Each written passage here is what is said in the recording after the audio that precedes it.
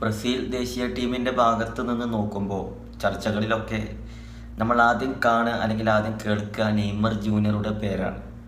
Brazil national ടീമിൻ്റെ status അല്ലെങ്കിൽ ന്യൂസുകളിലൊക്കെ കഴിഞ്ഞ കുറേ വർഷങ്ങളായിട്ട് തന്നെ നെയ്മർ ബ്രസീലിൽ കളി തുടങ്ങിയ ആ സാഹചര്യം മുതൽ നെയ്മറിൻ്റെ പേരാണ് ആദ്യം ബ്രസീൽ നാഷണൽ ടീമിൻ്റെ ഭാഗത്ത് നിന്ന് കേൾക്കുക. അതായത് അർജന്റീനയിൽ ലയണൽ മെസ്സിയെ പോലെ അല്ലേ. അതുപോലെ തന്നെ ഇപ്പോൾ കഴിഞ്ഞ ഏതാനും കുറച്ച് വർഷങ്ങളായിട്ട് വിനീഷ്യസ് ജൂനിയർ ഉണ്ട്, റാഫിനയുണ്ട്, ഉണ്ടായിട്ടും ഇല്ലാതെയായിട്ടും. കാരണം നാഷണൽ ടീമിൽ അവർക്ക് അവരുടേതായിട്ടുള്ള മികവ്, അവർ ക്ലബിൽ കാണിക്കുന്ന മികവ് കാണിക്കാൻ കഴിയുന്നില്ല എന്നുള്ളത് നമുക്കറിയാം.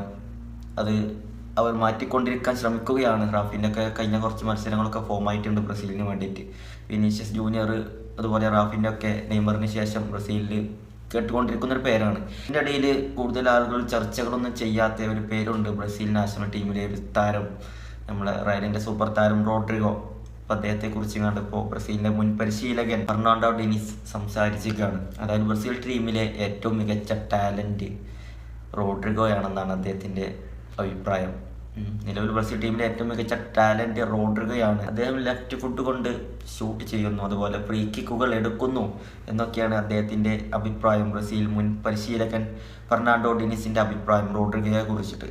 ഏതായാലും നെയ്മർ, വിനീഷ്യസ് ഇവരൊക്കെ ഉണ്ടായത് കൊണ്ട് തന്നെ കൂടുതൽ അദ്ദേഹത്തിൻ്റെ പേര്, റോഡ്രിഗോൻ്റെ പേര് അങ്ങനെ ഉയർന്ന് കേൾക്കാറില്ല. അല്ലെങ്കിൽ അദ്ദേഹവും ഈ വിനീഷ്യസിൻ്റെയും റാഫിനേൻ്റെ ഒക്കെ കാര്യം പറഞ്ഞ മാതിരി കുറച്ച് നാഷണൽ ടീമിൽ കുറച്ച് ബാക്കൗട്ടാണ് എന്ന് വേണമെങ്കിൽ പറയാം. അതായത് ബാക്കൗട്ടാണെന്ന് പറയുമ്പോൾ റയലിൽ കാണിക്കുന്ന ഒരു സ്റ്റാറ്റസ് ഉണ്ടല്ലോ അല്ലേ, ആ ഒരു ലെവലിൽ അവർക്ക് രാജ്യത്തിന് വേണ്ടിയിട്ട് കളിക്കാൻ കഴിയാറില്ല. അതുകൊണ്ട് തന്നെ ഒരുപാട് ആളുകൾ അവരെ വിമർശിക്കാറുണ്ട്. ക്ലബ്ബ് പ്രൊഡക്റ്റുകളാണ് എന്ന് വരെ പറയാറുണ്ട് അല്ലേ, റോഡ്രിഗോനി, വിനീഷ്യസിനി, റാഫിനയൊക്കെ.